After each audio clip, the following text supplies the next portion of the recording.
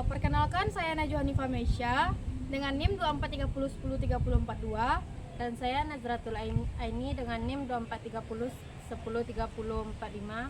Kami dari kelompok 10 akan membacakan materi tentang perencanaan pendirian SMP. Selamat menyaksikan. Perencanaan pendirian SMP adalah proses yang kompleks dan menyeluruh karena menyangkut aspek pendidikan, hukum, infrastruktur, dan sumber daya manusia. Berikut tahapan penting dalam perencanaannya. Yang pertama, perencanaan awal, yaitu visi dan misi, dengan menentukan arah dan tujuan sekolah termasuk nilai-nilai yang ingin ditanamkan. Yang kedua, target siswa, yaitu identifikasi segmen siswa yang ingin dilayani, misalnya berdasarkan wilayah atau kebutuhan khusus. Yang ketiga, kurikulum, yaitu rancang kurikulum yang sesuai dengan standar nasional dan visi sekolah. Yang selanjutnya, lokasi, yaitu pilih lokasi strategis yang mudah diakses dan mendukung proses pembelajaran. Selanjutnya, struktur organisasi, yaitu susun tim manajemen dan pembagian tugas yang jelas. Yang kedua, aspek legal. Yang pertama, perizinan, yaitu urus izin mendirikan bangunan dan izin operasional dari Dinas Pendidikan setempat. Selanjutnya, badan hukum, yaitu bentuk yayasan atau badan hukum lain sebagai dasar legal sekolah. Selanjutnya, akreditasi, yaitu siapkan dokumen dan standar untuk proses akreditasi sekolah. Yang ketiga, pembangunan fisik, yaitu yang pertama, desain bangunan, yaitu rancang gedung yang aman, nyaman, dan mendukung pembelajaran.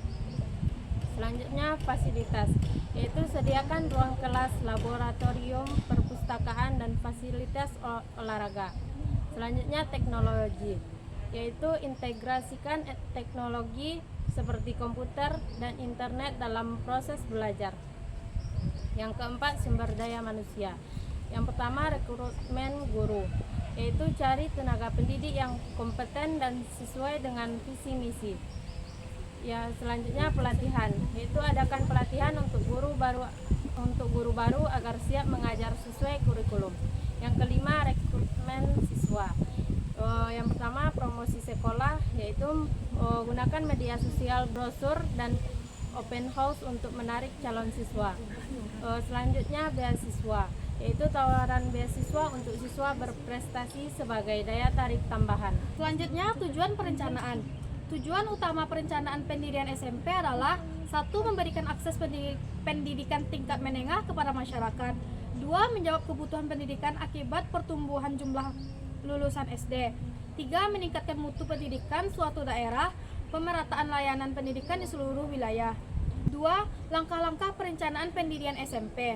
A. Analisis kebutuhan, yaitu mengkaji jumlah anak usia sekolah di wilayah target, mengetahui jumlah lulusan SD yang membutuhkan SMP, memetakan SMP yang sudah ada dan jaraknya terhadap calon lokasi. B. Penentuan lokasi. Lokasi harus strategis, mudah diakses, dan bebas dari konflik kepemilikan Luas lahan minimal sesuai aturan, tergantung lokasi, memenuhi aspek keselamatan, lingkungan, dan kenyamanan belajar. C. Studi kelayakan, yaitu meliputi aspek teknis atau bangunan, akademik atau kurikulum dan tenaga pengajar, sosial atau dukungan masyarakat, dan ekonomi pembiayaan. Menilai apakah sekolah dapat bertahan dan berkembang di masa depan.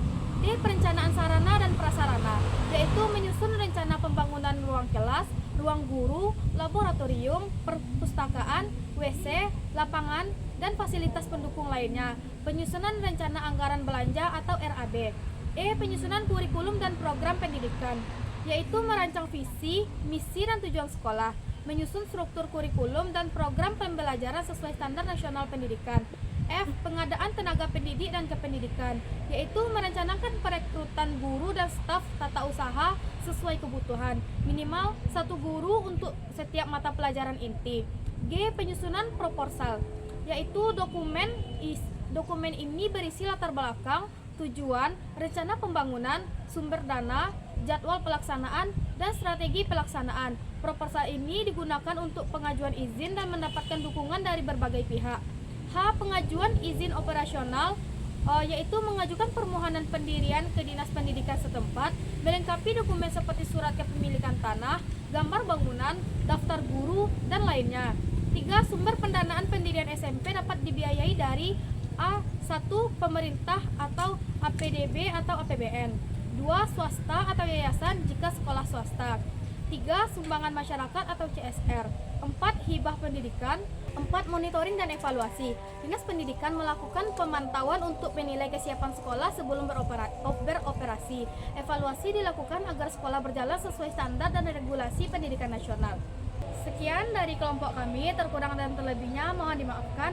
Assalamualaikum warahmatullahi wabarakatuh.